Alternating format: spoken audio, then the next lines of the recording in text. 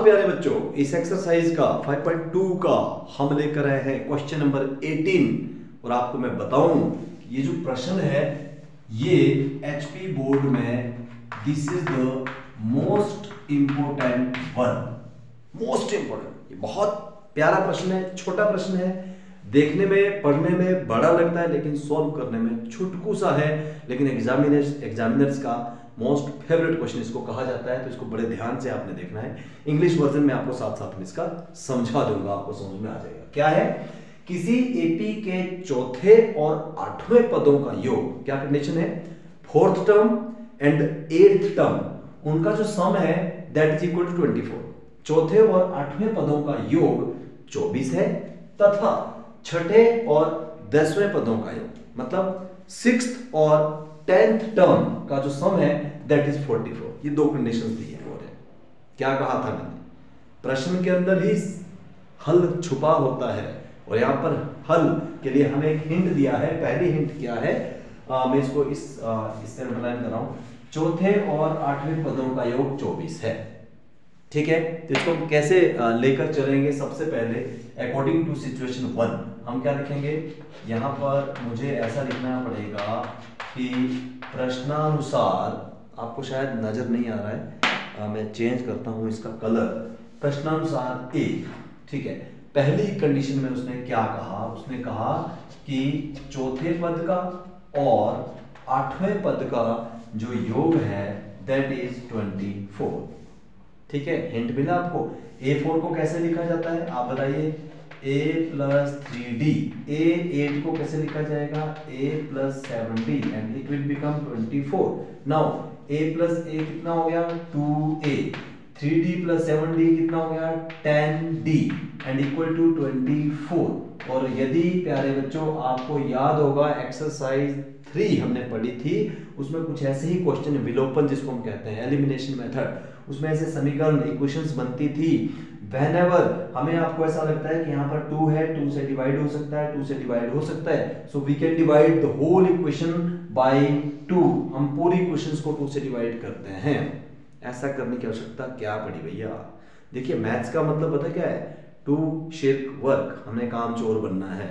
ऐसा नहीं कि कोई भी काम किया कामचोर नहीं, हम मैथ के स्टूडेंट है, नो। मैथ्स को इंटेलिजेंटली करना है, इंटेलिजेंटली करना है। कैसे, काम को अपना बोझ कम करना है।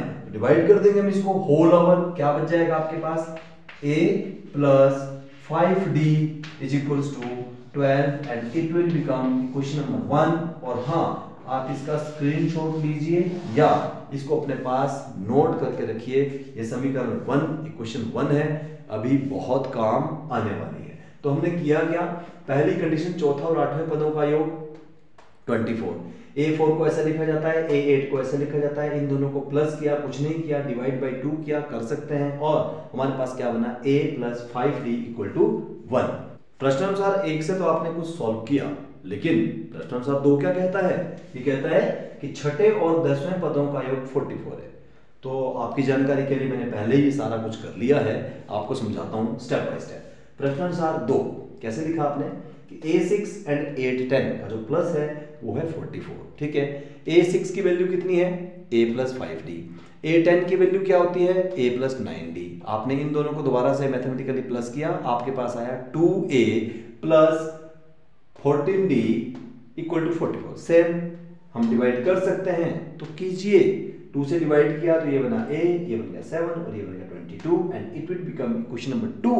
और आपको याद होगा इक्वेशन नंबर 1 भी आई थी और वो थी, क्या थी, A + 5D = 12।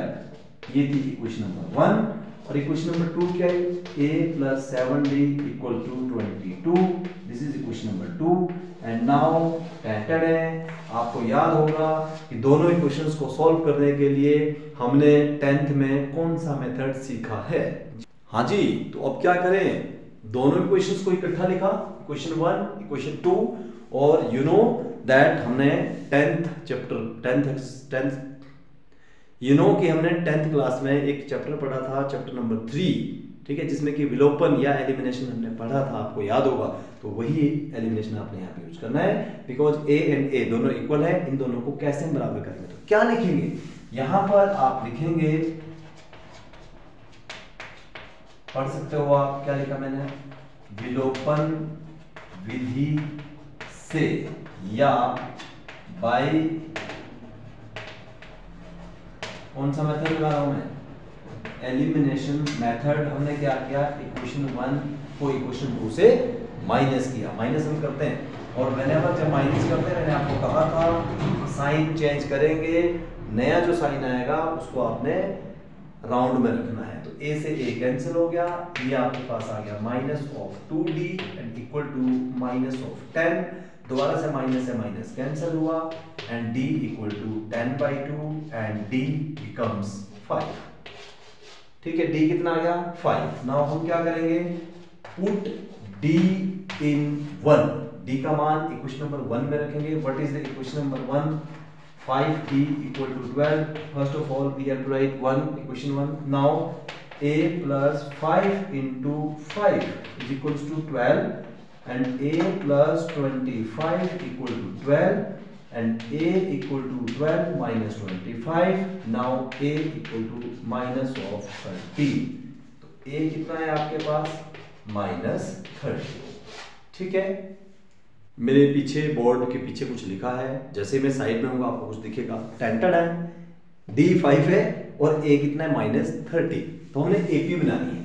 अब आपको पता है AP हम कैसे बनाते हैं, AP का फॉर्मूला होता है a plus b, a plus 2d and a plus 3d।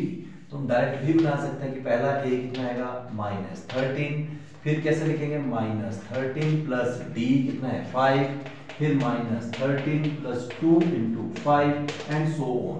Next बन गया आपके पास minus of 13 minus of 8 -13 plus 10 and the last, यहाँ पर आपका आंसर आएगा जो AP बन के तैयार हुई, -13 -8 -3 एंड सो ऑन। हम क्या कर रहे हैं इसमें, +5 ऐड कर रहे हैं, तो इसमें हम +5 ऐड करेंगे तो कितना आएगा, 2 आएगा, 2 के बाद 7 आएगा एंड सो ऑन।